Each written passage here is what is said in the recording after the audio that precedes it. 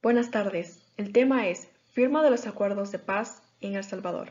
Mi parte, resumen de procesos. A finales de 1989, el gobierno de El Salvador y el FMLN concluyeron que no podían terminar la guerra por la vía militar. Había desconfianza, resentimiento en ambas partes. Para la implementación de los derechos de paz en El Salvador, era necesaria la intervención de las Naciones Unidas u terciarios que tuvieran la voluntad de ayudar lo más pacíficamente posible al país. El acuerdo fue precedido por casi 2 años de negociaciones en las que el secretario general de las Naciones Unidas actuó como intermediario. Tanto factores internos como externos ayudaron en la negociación de la finalización de un conflicto que violó los derechos humanos. Un buen acuerdo depende de la presencia y apoyo internacional. Son factores clave para incrementar las posibilidades de una buena conciliación y claro, cada uno de los bandos en conflicto tenía sus propios intereses. El 4 de abril de 1990, en Ginebra, Suiza, el secretario general y representantes del gobierno del presidente Cristiani y del FMLN firmaron un acuerdo que estableció las normas rectoras de las negociaciones de paz, que pondrían fin al conflicto armado por la vía política. Habría democracia en el país, respeto a los derechos humanos, y el FMLN quedaría incorporado por lo legal, lo civil, político e institucional del país. Desde esa fecha, la guerra continuaba. Se hicieron una serie de procesos de reuniones, consultas en diferentes capitales y ciudades importantes de América que hicieron posible el firmado en Chapultepec, México. La dicha reunión hizo 3 meses después, el 26 de julio de 1990, se lograra el llamado Acuerdo de San José en Costa Rica. Se discute sobre los derechos humanos. Esto posibilitó que un año más tarde, en julio de 1991, la División de Derechos Humanos de la Misión de Observadores de las Naciones Unidas en El Salvador, ONUSAL, profundizara oficialmente la verificación objetiva y profesional de los derechos humanos. ONUSAL fue encargado de cerciorarse del desarme y la destrucción de armas. Meses después, los procesos se trazaron por múltiples diferencias. Una de ellas era la participación del FMLN en la política legal. En la medida que los grupos empiezan a desarmarse, se crea una situación de gran tensión. Barbara Walters comprobó, en una serie de investigaciones, al estudiar 41 guerras civiles que, a medida que los bandos se vayan desarmando, se sienten muy vulnerables. Esto podría explicar las armas encontradas del FMLN en Nicaragua. En septiembre de 1991, en Nueva York, el secretario de la ONU invitó al presidente Cristiani, que representaba al gobierno, y los 5 miembros de la Comandancia General del FMLN, con el objetivo de avanzar en las negociaciones. El 25 de ese mismo mes, los dos bandos firmaron otro pacto denominado el Acuerdo de Nueva York. Se dispuso la creación de la Comisión para la Consolidación de la Paz, COPAZ, el cual funcionaría para garantizar que ambas partes cumplan los acuerdos políticos finales. COPAZ fomentaría la incorporación de la sociedad civil. Hubo muchos encuentros, desacuerdos, atrasos, pero tras intensas negociaciones, el 31 de diciembre de 1991, en la medianoche, ambas partes firmaron el Acta de Nueva York, la cual enunciaba que había concluido las negociaciones y que el acuerdo de paz por fin sería firmado el 16 de enero de 1992 en el castillo de Chapultepec, México.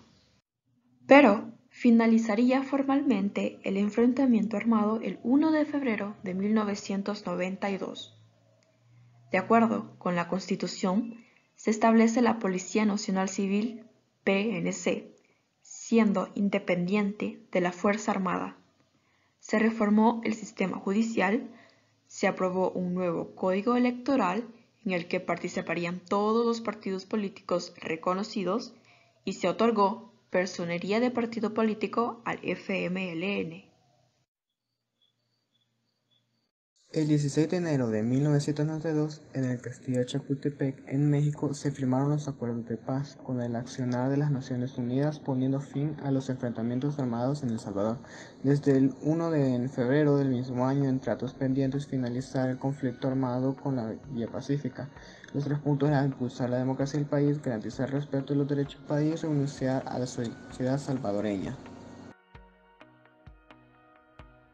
Algunas de las organizaciones y organismos que se han beneficiado de los acuerdos de paz son Procuraduría de los Derechos Humanos, Comisión de Consolidación de la Paz, Policía Nacional Civil, Asamblea Nacional de la Seguridad Pública, Ministro de Construcción Nacional, el Tribunal Supremo Electoral, el Foro de Coordinación Económica y Social y el Consejo Nacional de la Magistratura.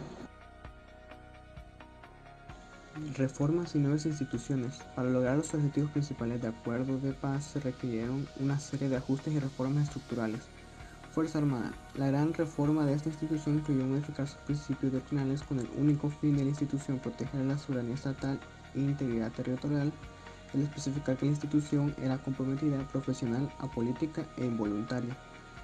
Se creó una comisión para purgar a los oficiales implicados de abusos contra los derechos humanos. Un total de 21.000 soldados fueron despedidos y golpeados sin compensación. Esta operación finalizó un año antes del previsto, el 28 de febrero de 1993. Asimismo, se volvieron 3 organismos de la seguridad pública afiliados a la Fuerza Armada, la Guardia Nacional, la Policía Nacional y la Policía de Hacienda. La inteligencia militar también detuvo sus operaciones y surgió un nuevo servicio de inteligencia civil, el organismo de inteligencia del Estado.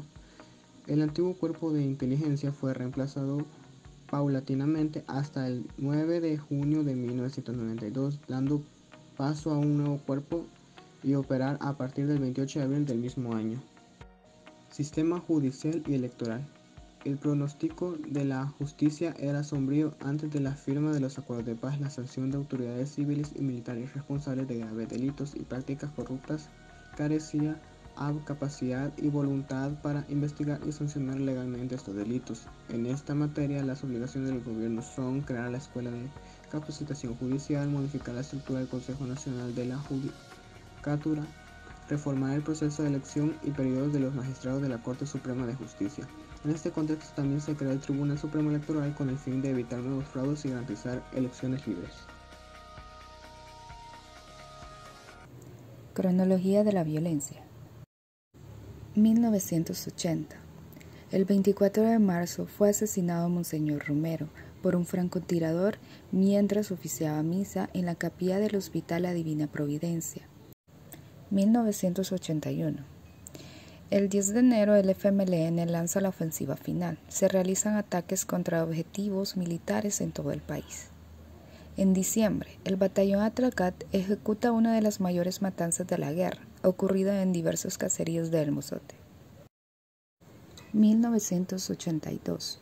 El 31 de enero se reportan 150 civiles muertos por fuerzas militares en Nueva Trinidad y Chalatenango. 1983. Soldados ejecutaron un grupo de campesinos en Sonsonate.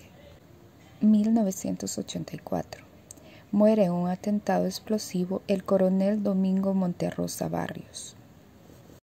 1985. Mueren 4 marinos norteamericanos junto a otros 9 civiles en un atentado en un restaurante de la Zona Rosa. 1986. Fuertes combates en el norte de Morazán entre los batallones militares Atracat, Lenca y León contra efectivos de la guerrilla. 1987. Es asesinado el coordinador de la Comisión de Derechos Humanos No Gubernamental, Herbert Anaya Sanabria. 1988. El FMLN lanza un ataque sobre la central hidroeléctrica 5 de noviembre. 1989. Ocurre un atentado en la sede de la FENATRAS con saldo de 10 muertos, entre ellos la dirigente Febe Velázquez y 25 heridos. 1990. Es asesinado en Guatemala el dirigente izquierdista Héctor O'Kelly Colindres. 1991. Elementos del FMLN atacan la central hidroeléctrica Cerrón Grande. 1992. Se realiza la firma de los acuerdos de paz. Mi nombre es Jamie Elizabeth Lemus Mendoza y yo les voy a hablar acerca de la Comisión de la Verdad en El Salvador. La Comisión de la Verdad para El Salvador fue un organismo establecido por los Acuerdos de Paz de Chapultepec, que pusieron fin a la Guerra Civil de El Salvador para investigar las más graves violaciones a los derechos humanos ocurridos durante el conflicto bélico. En cumplimiento de lo establecido en los Acuerdos de Chapultepec, la Asamblea Legislativa aprobó el 23 de enero de 1992 la Ley de Reconciliación Nacional. El informe de la comisión denominado De la locura a la esperanza, la guerra de los 12 años del Salvador, se dio a conocer el 15 de marzo de 1993, 26 meses después de la firma de los Acuerdos de Chapultepec. La comisión recibió testimonio directo de 2.000 personas con relación a 7.000 víctimas e información de fuentes secundarias relacionadas con más de 8.000 víctimas, además de 23.000 denuncias presentadas a través de otras instituciones remitidas por carta. Entre estos casos se halla el asesinato del arzobispo de San Salvador, Óscar Arnulfo Romero, ocurrido el 24 de marzo de 1980. Otros testimonios fueron la masacre del Mozote y los homicidios de los 6 sacerdotes jesuitas acontecidos el 16 de noviembre de 1989. Muchas gracias por su atención prestada. Hola, mi nombre es Elizabeth Yamilet Martínez Cornejo. A continuación le voy a narrar un poco sobre los acuerdos de paz, exactamente de lo que sí se cumplió y lo que no se cumplió luego de la firma de los acuerdos de paz. La firma de los acuerdos de paz dio por terminado el conflicto armado que derramó sangre por más de una década en el territorio salvadoreño. Si bien es cierto, fue un proceso de diálogo entre ambas partes que pregonaban por iniciar una nueva etapa de paz en la sociedad salvadoreña. Pero para que esto fuera posible, el FMLN y el gobierno tuvieron una serie de negociaciones en las cuales el FMLN exigía al gobierno tener elecciones libres, limpias y democráticas para elegir presidente, asamblea y órganos municipales. Hacer juicio a los implicados en el asesinato de Monseñor Óscar Arnulfo Romero. El desmantelamiento de los escuadrones de la muerte, el cese de la represión contra el movimiento popular del FMLN, la continuidad de las reformas estructurales de la economía y el esclarecimiento del destino de las víctimas del conflicto armado. También exigían el cambio de la estructura y la injusticia social que había llevado a la guerra, y sobre todo el fin al derramamiento de sangre. Mas, sin embargo, algunas de estas peticiones fueron negadas por parte del gobierno. Luego de muchas reuniones que se tuvieron, el gobierno salvadoreño y el FMLN llegaron a un acuerdo en el cual se impulsaba la democratización, estricto respeto a los derechos humanos y reunificar al pueblo salvadoreño. También la asociación de excombatientes del FMLN en la policía, la admisión del FMLN como un partido político. Estos fueron uno de los principales factores que hicieron posible la firma de los acuerdos de paz. Pero la gran pregunta es, ¿qué si se cumplió de los acuerdos de paz? En su mayoría, el gobierno cumplió con todas las exigencias de la parte beligerante del conflicto. Sin embargo, los problemas sociales no mermaron, todo lo contrario, solo aumentaron con el paso de los años. La pobreza, inseguridad y violencia hoy en día persiste y opaca el significado de los acuerdos de paz. Nuestro país se ha convertido en uno de los países más violentos del mundo. La corrupción aún domina en nuestro país y la injusticia sigue siendo un problema común hoy en día. Muchas de las víctimas del conflicto armado nunca fueron recompensadas por todos los actos de violencia a los cuales fueron sometidas. Los derechos de los salvadoreños son violentados, la libertad de expresión es limitada y el respeto a la vida no lo es arrebatado, y muchos de los sueños han sido quebrantados. Según muchos estudios realizados a la población salvadoreña, indican que lo que se estipulaba en los acuerdos no se cumplió y la violencia hoy en día es peor a lo que se vivía durante el conflicto armado. El primer encuentro se da el 15 de octubre de 1984 en La Palma, Chalatenango. Los temas que se trataron en este acuerdo fueron la incorporación del FMLN al proceso democrático y a la preparación de la próxima consulta popular. El FMLN proponía el reparto de poder político para formular un gobierno de transiciones que hicieran concretar las reformas económicas y sociales que llevaría a cabo la paz social. La delegación del gobierno fue integrada por el presidente de la República y la guerrilla fue encabezada por el doctor Guillermo Manuel y como moderador Monseñor Arturo Rivas Dimas. La propuesta de solución del conflicto salvadoreño, también el gobierno y a la Fuerza Armada solicitaron al FMLN el abandono de las armas para poder convertirse en partido político.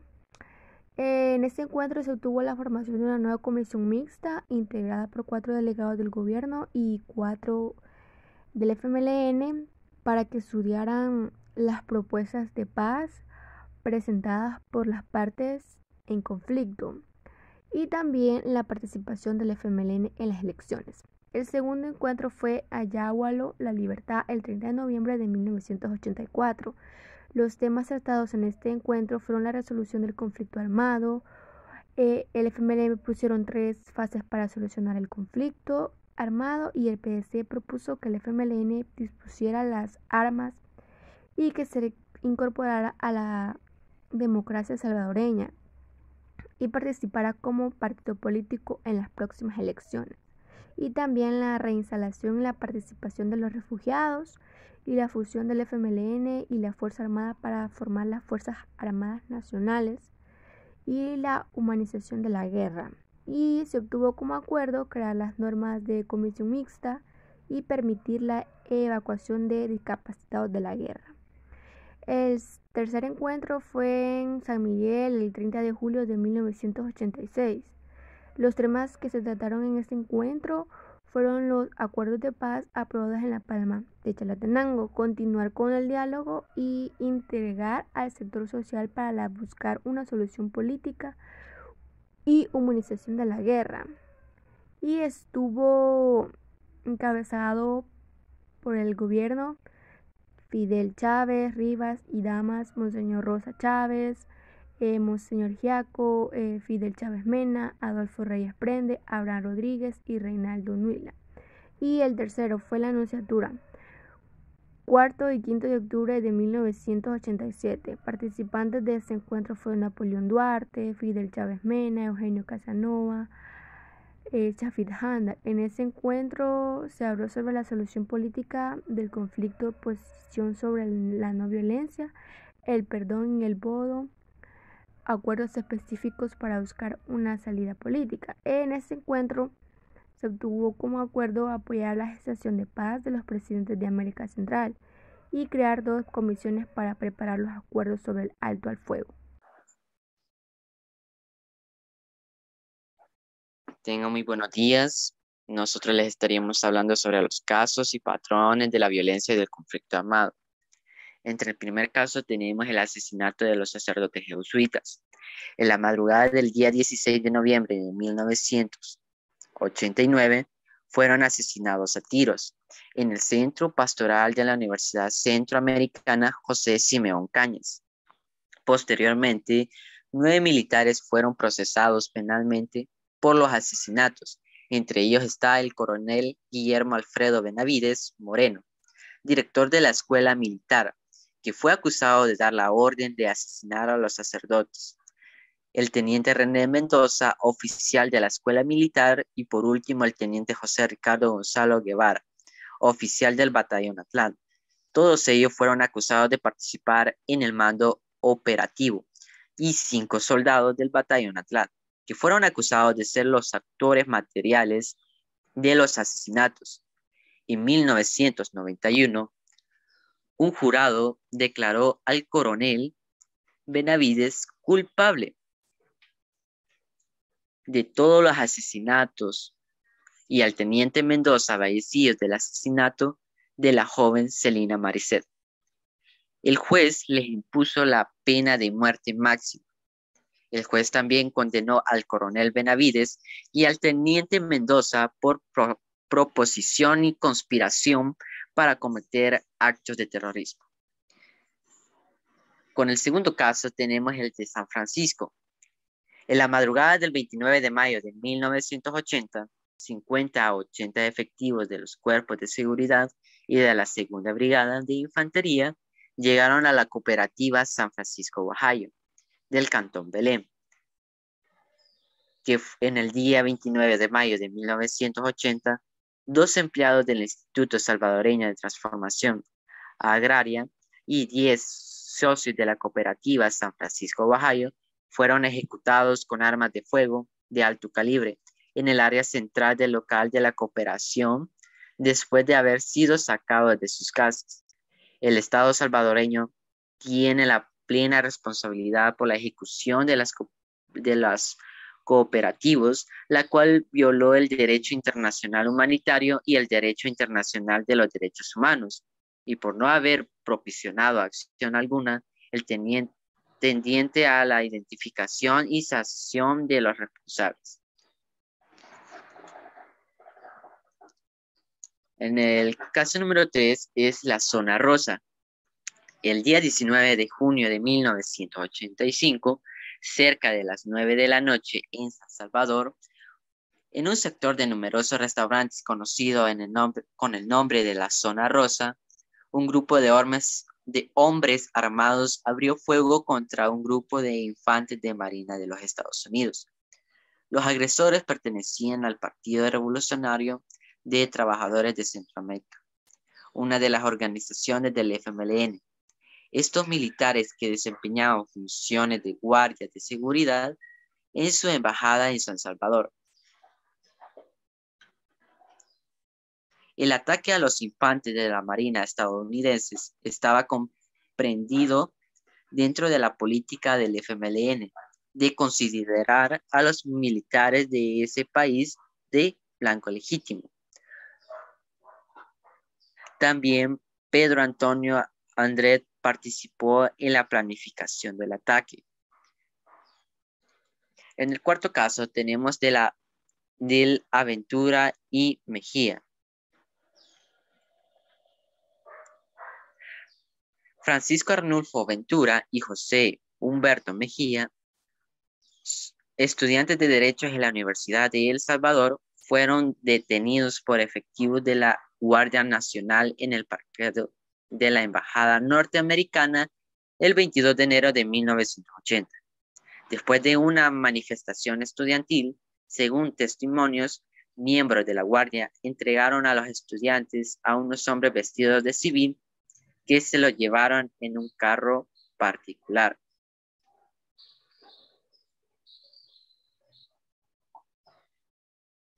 Existe plena prueba de que miembros de la Guardia captaron a Francisco Arnulfo Ventura y José Humberto Mejía, los retuvieron en el parqueadero, la embajada norteamericana, y los entregaron a hombres civiles que se los llevaron en un auto particular.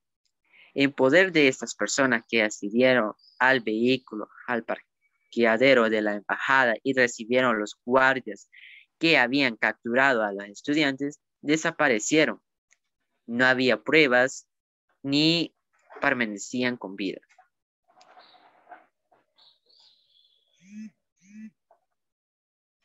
Ya para ir finalizando, tenemos el caso de Monseñor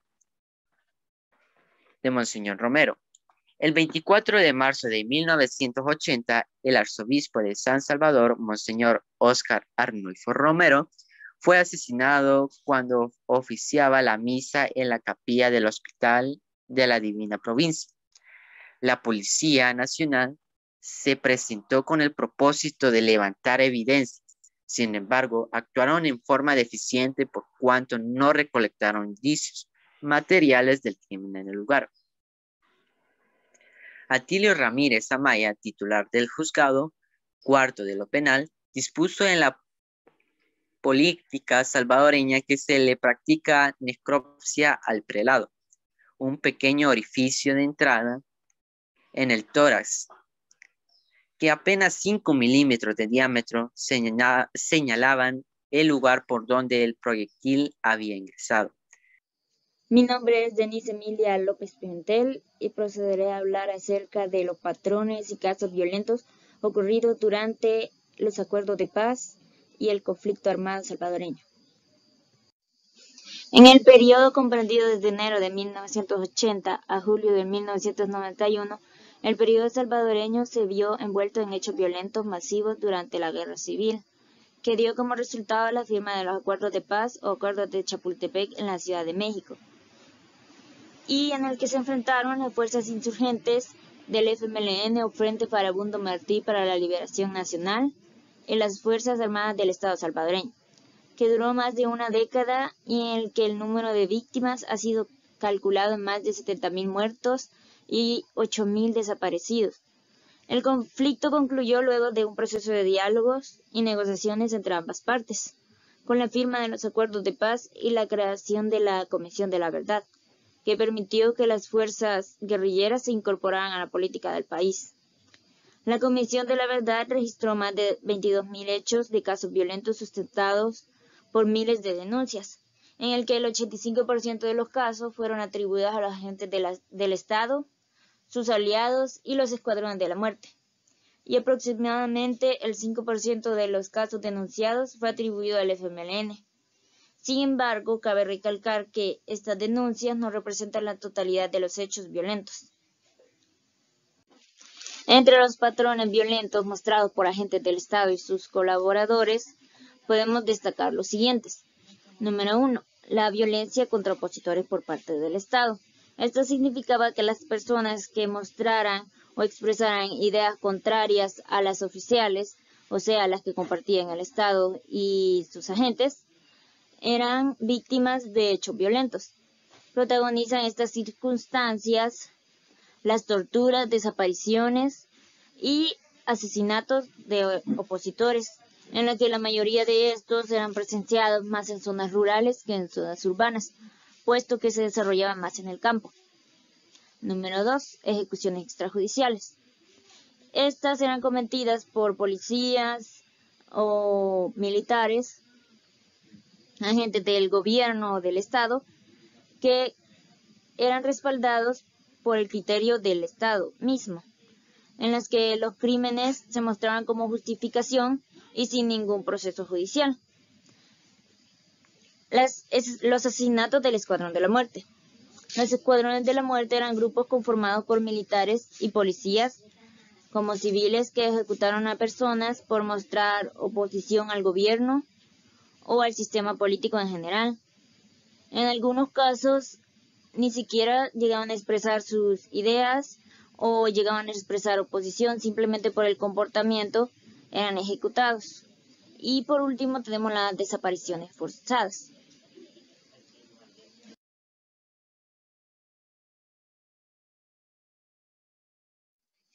Con respecto a los patrones de violencia mostrados por el FMLN, la Comisión de la Verdad registró más de 800 denuncias de hechos violentos atribuidos a este.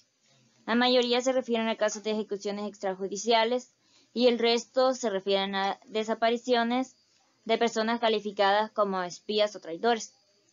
Y en otra parte tenemos el reclutamiento forzoso en adultos e infantes, en lo que se calcula que el FMLN utilizó alrededor de 2.000 niños combatientes durante el conflicto armado.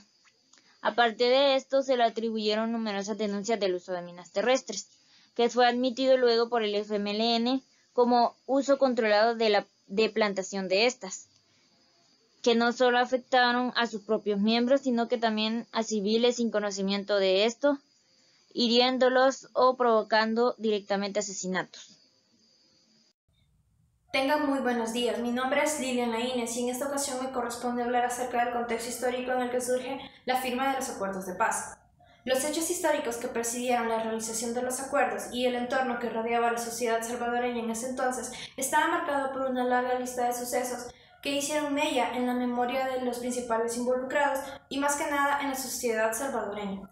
Cuando hablamos de los acuerdos de paz es imperativo hablar acerca de los sucesos, que acontecieron desde 1979 hasta 1992, que fueron los años que duró el conflicto armado en el país. En dicho conflicto se enfrentaron las Fuerzas Armadas de El Salvador contra las fuerzas insurgentes del Frente Farabundo Martí para la Liberación Nacional, mejor conocido como FMLN. Cabe destacar la importancia de factores externos tales como la Guerra Fría, que se cree influyó indirectamente a que se desatara el conflicto ideológico y político entre los aliados de Estados Unidos y la Unión Soviética respectivamente, ya que por su parte el gobierno mantenía estrecha relación con Estados Unidos desde mediados del siglo XX, mientras que el FMLN, especialmente el Partido Comunista Salvadoreño, mantenía relaciones de cooperación con la URSS. Es en este contexto geopolítico mundial que se hace posible la firma de los acuerdos, ya que con la disolución del bloque soviético y la extinción del conflicto este-oeste entre las dos superpotencias, contribuyeron al desenlace del conflicto armado, después de que Estados Unidos ya no viera a El Salvador como una trinchera decisiva en contra del expansionismo soviético. La relevancia y el aporte de ambas superpotencias la exploraremos un poco más en la siguiente presentación.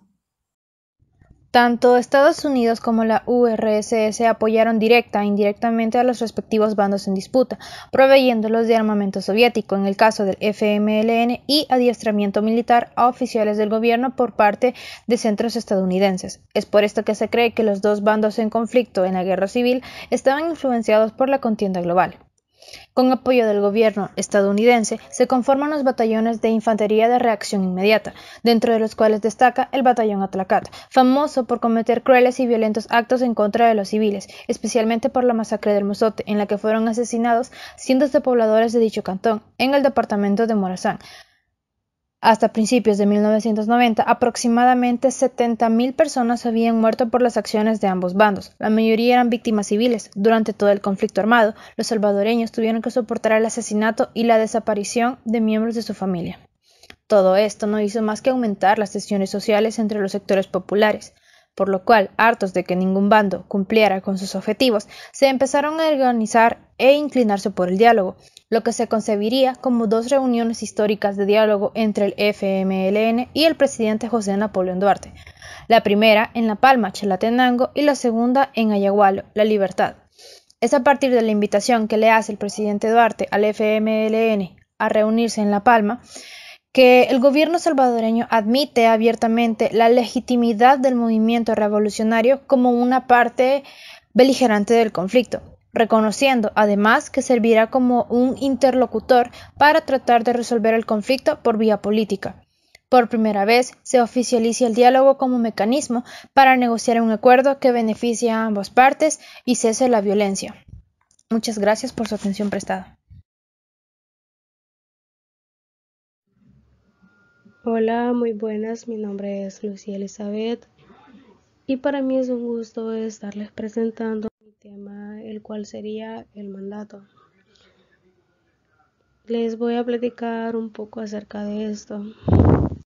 Se dice que el Acuerdo de Paz de Chapultepec fue claro en su artículo 2 en cuanto al mandato y el ámbito de acción de la Comisión de la Verdad, que dice que tendrá a su cargo la investigación de graves hechos de violencia ocurridos de 1980, cuya huella sobre la sociedad reclama con mayor urgencia el conocimiento público de la verdad. En el artículo 5 se le asigna esclarecer con mayor urgencia el señalamiento de la impunidad de oficiales de la Fuerza Armada, y se da como explicación de decir que los hechos de esa naturaleza independiente del sector al que pertenecieron sus autores deben ser objetos de actuación ejemplificante en los tribunales de justicia, a fin de que se aplique a quienes resulten responsables. Las sanciones son contempladas por la ley. Y luego se pasa a declarar que la comisión tomará en cuenta las siguientes consideraciones, las cuales son la singular trascendencia que puede atribuirse a los hechos a ser investigados, los cuales son sus características, las repercusiones y así como la conmoción social que organizaron. Como segundo se dice que es la necesidad de crear confianza en los cambios positivos que el proceso de paz impulsa y de estimular el tránsito hacia la reconciliación nacional. También el mandato no enumeró ni identificó ningún caso específico para que fuera investigado por la comisión. Tampoco distinguió entre actos de violencia a gran escala y aquellos que involucren solamente a algunas personas. El enfoque del mandato enfatizó más bien los graves hechos de violencia y su impacto o repercusión, y se investigan dos tipos de casos, los cuales son: el primero es los casos o hechos individuales que por sus características singulares conmovieron a la sociedad salvadoreña y a la sociedad internacional. El segundo es una serie de casos individuales de características que revelan un patrón sistemático de violencia o maltrato. También se dice que la comisión tomó en cuenta tres factores que tienen que ver con el cumplimiento de su mandato. El primero es lo que se da a investigar son los hechos flagrantes o graves cometidos por ambos lados del conflicto salvadoreño, y no solo por una parte de los dos bandos. El segundo es remitir el tema de la impunidad de oficiales de la Fuerza Armada, especialmente en casos donde esté comprometido al respecto de los derechos humanos. El tercero, se dio un plazo de 6 meses para desempeñar la labor encomendada. También se dice que el mandato de la comisión le recomienda la investigación de graves hechos de violencia, más no especificar los principios de leyes que debe de aplicarse para la definición de tales actos y respecto de la determinación de la responsabilidad de los mismos. No obstante, resulta evidente que el concepto de graves hechos de violencia, tal como se utilizan en los acuerdos de paz, no se dan en un vacío normativo, que por lo tanto este debe analizarse en función de determinados principios de ley pertinentes. Al definir las normas jurídicas aplicables a esta labor, cabe señalar que durante el conflicto salvadoreño, ambas partes tenían la obligación de acatar una serie de normas de derecho internacional. Entre ellas las estipula el derecho internacional de los derechos humanos o en el derecho internacional humanitario. Las partes de los acuerdos de paz no solo utilizaron a la comisión a actuar de manera reservada y a recibir información en privado, sino que también que la realidad salvadoreña obligaba a ello por dos razones: primero, para proteger la vida de los testigos, y en segundo, para obtener información de los testigos. Y para finalizar, eso sería todo. Muchas gracias por su atención prestada. Para mí fue un gusto estarles presentando este tema. Lo dejo con mi compañero.